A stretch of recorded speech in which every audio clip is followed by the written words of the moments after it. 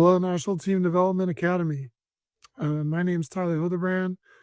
I hope you guys are excited about the National Team Development Academy and what you can learn and how it can make you a better volleyball player. I'm certainly thankful for the opportunity here to, um, give you guys a little bit of what I've learned. And we're in a time where, there's so much information out there, and you can really absorb it and soak it all in and be great learners and let it help you be better on the court and hopefully better people as well. So yeah, thankful for this opportunity and hope we get to learn something here. Um, Currently, I'm the director of coaching, head coach for USA Beach Volleyball. I've been doing that for the last 3 years. This course will be about blocking, um, and we're going to try to give you a range of skills, kind of where you're at in blocking. If you're younger or new to blocking, we're going to try to give you some kind of more introductory or simple concepts to get the basic ideas, and then we're going to try to get into a little bit more complex ideas on blocking, and what all that means is what are the best in the world doing and why is it effective, and some of that stuff is going to be probably new, and the more simple ideas, I would imagine, are going to be things you've probably heard before. But nonetheless, we're going to try to give you those that spectrum of ideas on the skill of blocking, which I think is something that's been very understudied, um, maybe oversimplified, and there's places we can go with it that we're seeing some of the best in the world do that. I think as a country and I think as a development program that we can kind of get an advantage and try to be ahead of the curve on. So that's the hope, and hope you guys enjoy it, and we'll get rolling here. Okay, we'll start out here with kind of the simplified basics of blocking, beach volleyball blocking. We'll start with what is the goal? Typically, as you're starting out and a very, very simple block and defense system, your goal as a blocker is to take your call. And by call, we mean, are you taking line? Are you taking angle? Obviously, the defenses, at the higher levels, they have all kinds of different calls and, 5, 6, 7 plays potentially. But, at the beginner level, you want to take either line or you want to take angle.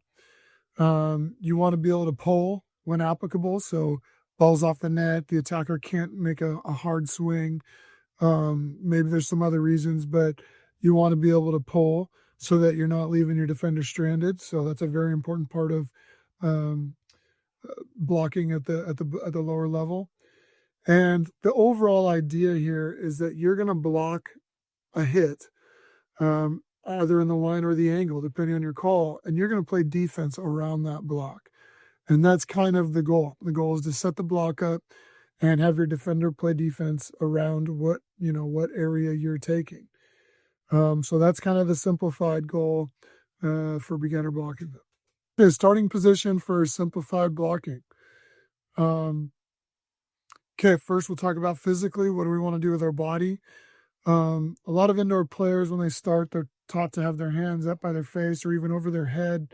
We certainly do not want to do that in beach blocking. We have to be able to pull. That's going to slow us down. We got to be able to move laterally. It's harder to move laterally, move at all with our hands above our head. That's pretty obvious, I think.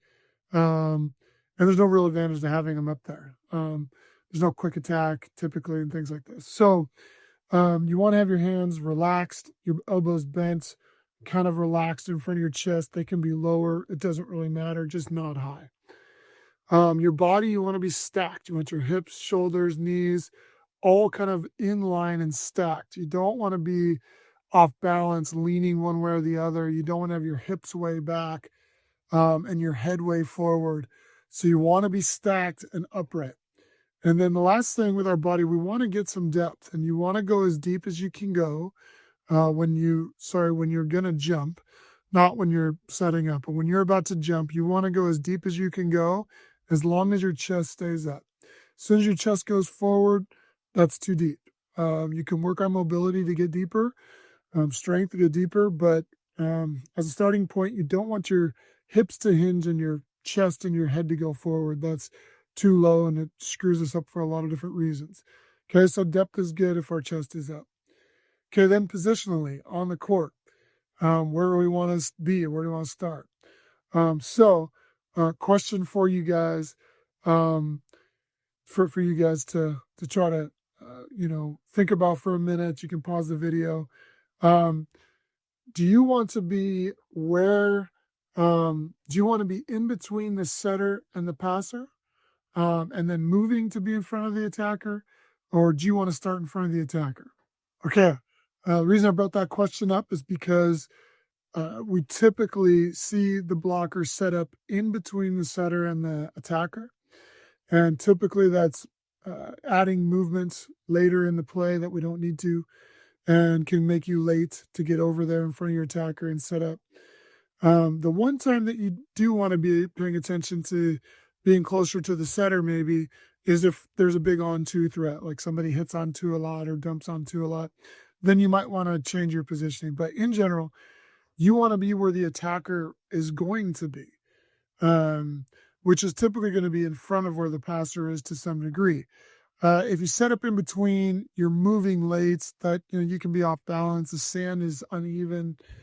You're spending less time reading the hitter and more time moving, et cetera, et cetera. So you want to be where the attacker will be. That's for a line. For angle, you have two setups. You can start exactly where you would start in a line block and dive. That would be like a play 4 or a dive angle move, which you're trying to set that hitter up to think that the angle's open, and then you dive in there. It's a very good play. It's the most common play in volleyball that gets stuff blocks at the lower levels and at the higher levels. It's still the most common at the highest level to get stuff blocks, most likely. So, or you can just start in the angle. So you can be into the angle with your setup, getting there early, as I've said before, and then your defender would be playing in the line and starting in the line. And you kind of it's almost the opposite of a line blocking defense. You can do both, just depends on what you're working on. But the keys here are get there early. Don't have your hands high. Be stacked. Get some depth and have your chest up. Yeah, Eyework. Eyework should not change whether you're, Anders Mole, who's the best blocker in the world, who we'll watch some video on today, or whether you're just starting out. The Eyework is how you read. The Eyework is how you identify situations. And so Eyework is always going to be constant. This is what we want to be looking at. And there's little intangibles here or there that can change. So Eyework certainly is not a one size fits all, but here's kind of the structure of how Eyework works in all forms of blocking. Ball setter, ball hitter. Everyone loves that phrase there. So, but it's very applicable. I'll use it to kind of describe how the Eyework works. It's been around a long time and for good reason. So, ball would the first B, which is ball. That's the pass. You're watching the pass, and really all you're looking for there, to simplify this, is this an overpass? Do I need to hit it or pass it? And am I going to be kind of ready to pull because the ball's passed way off the net, or the setter's running and having to dive and set it? So it's a pretty simplified start there. You're just trying to identify those two main things. Then setter. Indoor, we want to spend a lot of time on the setter because the setter has multiple options and we're really reading the setter. I think that one of the areas to watch out for is, because of this indoor, a lot of you probably play indoor as well, or have a background in indoor, you're spending way too much time on the setter and beach. You do not need to spend that much time. And if you do it now, you're going to have a hard time breaking that habit. I coached Jake Gibb for a really long time. I've coached him now for almost 8 years. He's been one of the best blockers. He's going to go down as one of the best blockers in the history of the game.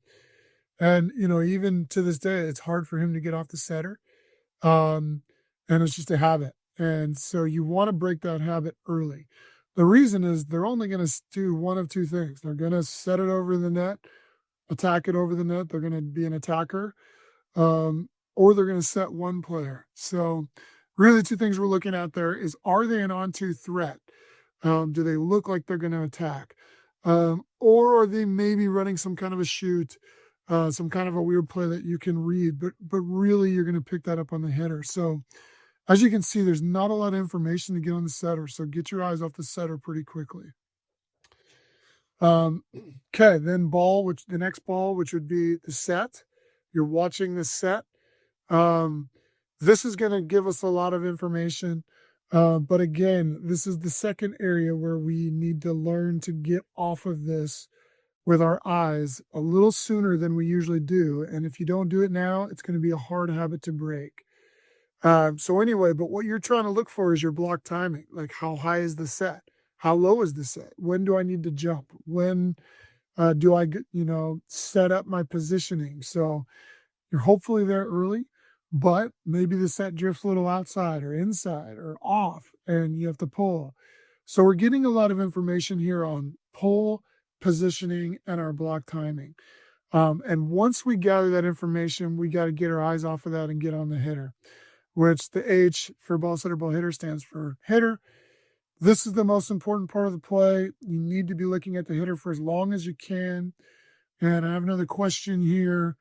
When would be a good time to get onto the hitter? Okay, there's no perfectly hard line rule of when to do that. You have wind and different sets, and it can be a little bit fluid. But one of the cues that we use here on the national team is you need to get your eyes on the hitter at the latest. It can be earlier than this, but at the latest, when you start to go down for your jump or when you do the depth of your blocking. So as soon as you start going down to jump, you need your eyes on the hitter. There's a couple of reasons for that. One, that's the latest. You should be looking at information for the hitter. But also, if you're looking at the ball as you're trying to go down, you're looking straight up, your neck is, cranked back, and it becomes a really uncomfortable position, and it's just not good for, longevity of your body, but really you should be on the hitter as you start going down for your jump. All right, everybody. Now we're going to watch the European Championships from last summer or last fall. This is the number 1, number 2 team in the world. Anders Mol is the guy we'll be focusing on. He's the Norwegian blocker I spoke of earlier, who's got the potential to be the best blocker of all time, I think. And we're going to learn a lot about the high-level stuff he's doing, but we're also going to identify the simple concepts we talked about when you're just learning blocking, like getting to your spot early, being stacked, getting some depth but having your chest up. The eye work that you go through. Again, I told you that's going to be the same when you're starting blocking or where this guy's at. He's the best blocker in the world right now by far. So it's a really fun match. It's really fun to see the things he's doing. You're going to see some things you're going to be like, A, I can't do that. B, I'll never be able to do that. But I really want to encourage you to see why he's doing it, how he's affecting the hitter. Most of you don't have to play against Russia right now, the number 2 team in the world. So you have time to get better at some of these things and time to get more physical, etc. But I really want you to try to open your mind to what's happening here and why it's happening, because it's really cool to learn from. Okay. All right, so here we go. We're going to watch the block, maybe once or twice, and then, we'll break it down. Okay. So you'll see it live. So here we go with the first one. Again, he's this guy over here, the blocker on the red team.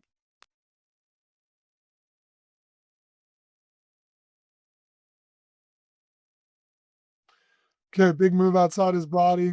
Let's watch it again live just so you can see what a great blocking move this really is. Okay, now we'll break it down. We're going to start with some of the simple concepts. Okay, first, you're going to see he gets set up early. Second, we talked about hand positioning. You see how his hands are low. His hands are not above his head like you would indoor. Not saying that's right to do indoor, but like some people are taught. Okay, his hands are low, they're relaxed, he's set up early. Okay, his eyes are on the center. Okay, next thing you'll see where his eyes go, to the ball. He's judging his timing and where he needs to be spatially if he needs to move. He doesn't, he's going down. Now look where his eyes are at. His eyes are right here on the hitter where they need to be. You can see that. Look at the depth. We talked about there's no limit to how deep you need to go. He's getting as deep as anyone can right here. But the key is his chest is up.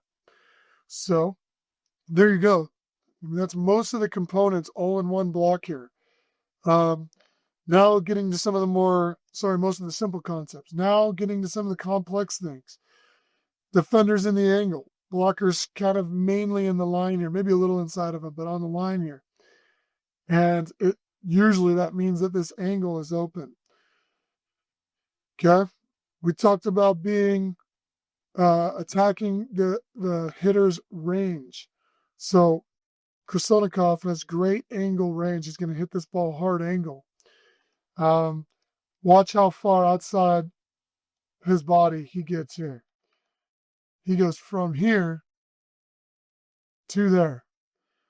Now, again, some of you guys and girls are going, there's no way I can reach that far. You can't reach that far probably, but you can reach as far as you can reach, and that's what's important. We also said there's no limit to how far you need to go outside your body or can go outside your body. Here's a great example. He's going as far as he possibly can, and he's getting over there, and he's stuffing this ball. The really interesting thing about this play, and I know this because I know these guys pretty well, is that's a read. And that's what makes this even more impressive. You can see Kristen's in the angle here. So this is just, he has the full freedom to read. And we talked about reading through your call. I know from watching every match these guys have played over the last 5 years or 4 years that this is a read, and talking to both of them a lot about all this. Anders is in a line block here and he's just making that read. And that's what's called reading through your call. Again, really high level stuff there, but all of these things I talked about kind of can get encompassed into this one play. He's really affecting the attacker's confidence, the attacker's vision, the attacker's range by getting that far outside your body. You just can't predict that a blocker is going to do that, and that's going to be worth more than a point because the hitter's going to become tentative. And I can tell you, I've seen it time and time again with great blockers how that happens. Next play here. We talked about how you can use your timing to affect hitters. That means that you get out of their visual field a little bit. You're a little bit late. Well, once again, Russia's about to hit here. Anders is stacked. He's deep, and his chest is up. You're going to see Christian's running this way. Anders is going to dive into the angle here. But here's kind of the main key. So you got Krasnonikov, who's already off the ground. The ball's not that far away. He's about to swing. His arm's already loaded. Krasnonikov is in the air, as you can see. Anders' head isn't even to the bottom of the net. So this is what we would call late or very late timing. And you'll see Krasnonikov is on the ground and Anders is still up over the net. So there was no way for Russia to be able to see where Anders was going to show up there. He invited angle, and then he was late, and he took it. Next one is what we would call a leverage line or an invite line, one of those. You're going to see here. We'll let it play live, like I said. Okay. Let it play live a couple times. You saw that he kind of dove into the line. Here's how it plays out. So look how far inside he is. He's stacked. He's deep. He's definitely in the seam or the angle from the hitter. And then he's going to jump and reach into that line and block line. So that would be playing a little bit of an invite game or making a trap. Okay, now, last play here. I apologize for this being in the way. And I wouldn't have used this clip, but this is such an impressive block that I really wanted to get it in here just so you guys can see. Okay, so question, You can pause the video. Um, Here's the situation. You got an early setup. Anders' eyes are on the hitter. He's stacked. His chest is up. Here's the question. Where do you think he's going to block? Obviously, it looks like he's going to block line. Looks like Christian's going to dig angle. What do you think this block move is going to look like? Where do you think he's going to end up? Go ahead and take a second and take a guess. Okay? What we'll do here is we'll play it live. Again, I apologize for the video camera being there, but this is such a great block. We had to put it in.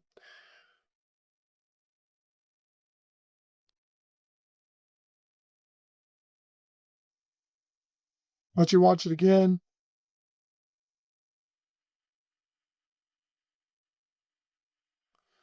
Okay. I don't know how many of you guessed, a 6-foot wingspan split block or V block, but that's what he did there. And once again, that's how much range this guy has as a blocker. Boom. So as you can see, there's one hand, the other hand somewhere over here. 5 to 6 feet of wingspan. And he's making just a big V block there, a split block. Again, that's putting a ton of stress on the attacker, attacking the range of the attacker. Anytime you can block and block that much area. Obviously, field goal is open here, but this one didn't go field goal. This one went straight down. So, okay, there you go. Again, that's some really high level stuff with a lot of those simple basic concepts in there. So, sure, last video that we'll walk through, last but not least, is number one team in the world currently, our number one team, Alex Kleiman and April Ross. I'm fortunate to work with this team a lot. They're great girls, unbelievable competitors, and we're hoping for big things from them this summer at the Olympics. Alex, one of the best blockers in the world. I think you've all probably seen her, know who she is. And we're going to look at 3 clips, and we're going to take a look at what she's doing and how she's affecting hitters and taking some of their vision and some of their range, okay? Okay, let's watch it again. One more time. Okay, now, this match is from Doha. That's a Brazilian team over there. They're top 5 in the world as well. It's the semifinals, actually. It's quarterfinals. Really great match. First thing we'll notice is Alex is in a line call here. She's probably a little out of position if she's trying to line up on the hitter, but as you can see, the ball is going to come down right here. So she does a good job of recognizing, again, ball setter ball. That third ball is where you're recognizing the set. So she doesn't get hit out of position here by trying to get in front of the hitter. She's getting right in front of the ball. She does a good job lining up. Now she's bending over at her waist a little bit more than we'd like. She's actually working on that right now. But again, she's a little late. So that's Anna Patricia over there. She's off the ground. Alex's head is still near the bottom of the tape. Again, we will see this time and time again. Over and over and over again, you will see this from blockers at the highest level. This little bit late timing with their jump. Okay, they're fast with their hands, but a little late with their jump. Okay, now she's right on that ball. She's making a straight over block move. Very disciplined, very simple. So again, we're seeing Alex use those simple concepts. She's lining it up really well. She's staying to her call. She's going straight over. And, she's a little bit late. So we're seeing those things once again here on a very simple move. Okay. Next play, next block. Really, really nice move here. One more time. Okay. So Alex is probably a little late to set up here. Was the first thing we'll notice. So she's a little bit too long on the setter, as we talked about, something we're working on. So she has to take a little bit of a sidestep at the last second. So she wasn't early to her spot. But now I know their defense here. So I know that April's going to pop out to the line back there, and Alex is going to try to get into the angle. So she does a good job of trying to get a little bit in front of Anna Patricia. Now Anna Patricia's going, man, look at all this court over here in the angle. So once again, Anna Patricia is about to leave the ground or has left the ground. Alex's head is at the bottom of the tip. Timing. She can't. Anna Patricia's looking at the ball. She cannot see Alex yet because she's not over the net. Hands get over really fast. She's making a little bit of that split move that we showed Anders do. And as you can see, it's a great move right there. Look at that whole time. It looked like she was kind of in front of Anna Patricia, but look at how it ends up. Anna Patricia's out here. Alex is way in the angle. Anna Patricia's on the ground. Alex is still well over the net. This is that timing factor that's so important at higher level blocking. She makes a great move in the angle. One more time. This is just a great move. She, little late, but steps in front. Little late to set up, I should say, then steps in front. Uses her late timing, gets over fast with her hands, and makes a great move into the angle here with a little bit of a split block. Okay, last block move.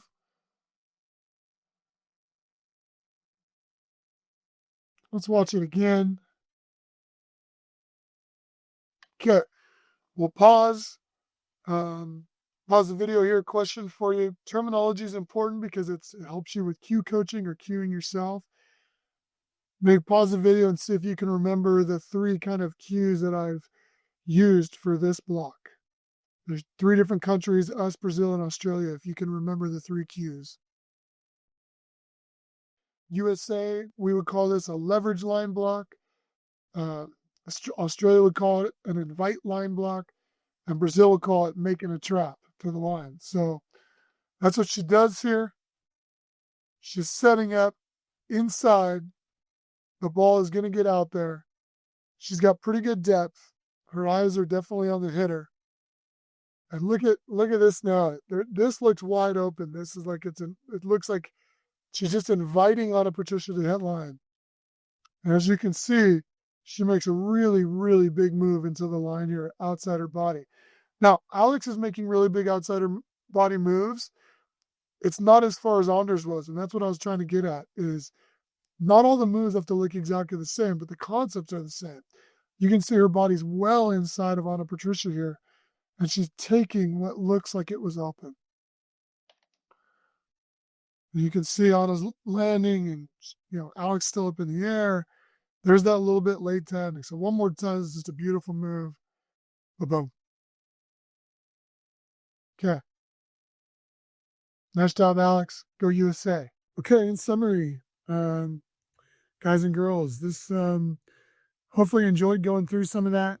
This is how I believe we need to study the game. I know that word study probably sounds, you guys don't like that word, but really we want to be students of the game. And if we can learn from the best, and we can take some of the things they're doing at the highest level, some of the ways they're attacking and approaching the game, then we know where we're going, right? We know where we're going right now. In a couple years or a couple months, it's going to be a little different. So we got to keep studying. We got to keep being students.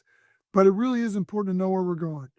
And I hope you guys watched those, Anders, Alex, and Brandy make some moves and go, oh my gosh, those were amazing. And I almost hope you think like, oh man, I don't know if I'll ever be able to do that, because you got to always dream big, and you got to look at that and go, hey, you never know. And someday I can make those moves, and maybe it's next week, maybe it's next year, maybe it's 10 years down the road. But, we want you to dream big. So you want to be studying the best, dreaming big to go be where those players are at. And what's really cool, and what I really want you to take away is, even though they were making those moves, you can find the simple concepts that you can start doing. You don't need to be making your moves outside your body and being super late. If you're 15, 16 years old, you never blocked before. But you can get there early. You can use the same Eyework. You can be stacked. You can try to get some depth to build the legs and learn that timing.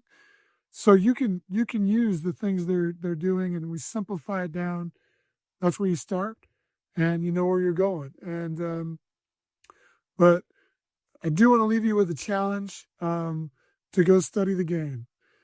I said at the beginning, but we're we're so lucky right now that we can watch on YouTube all of the tournaments right now, by the way, all the beach tournaments, international tournaments, the big ones where all the top teams are.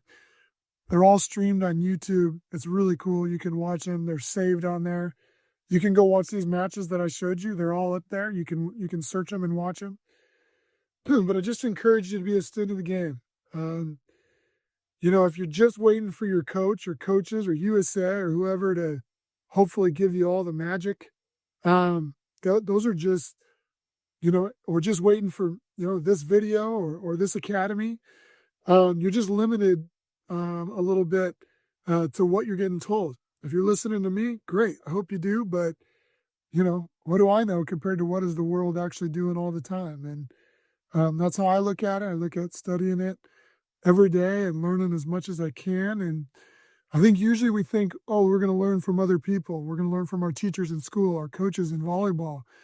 But we're so lucky right now. We can go learn from the game and learn from the very best players in the world.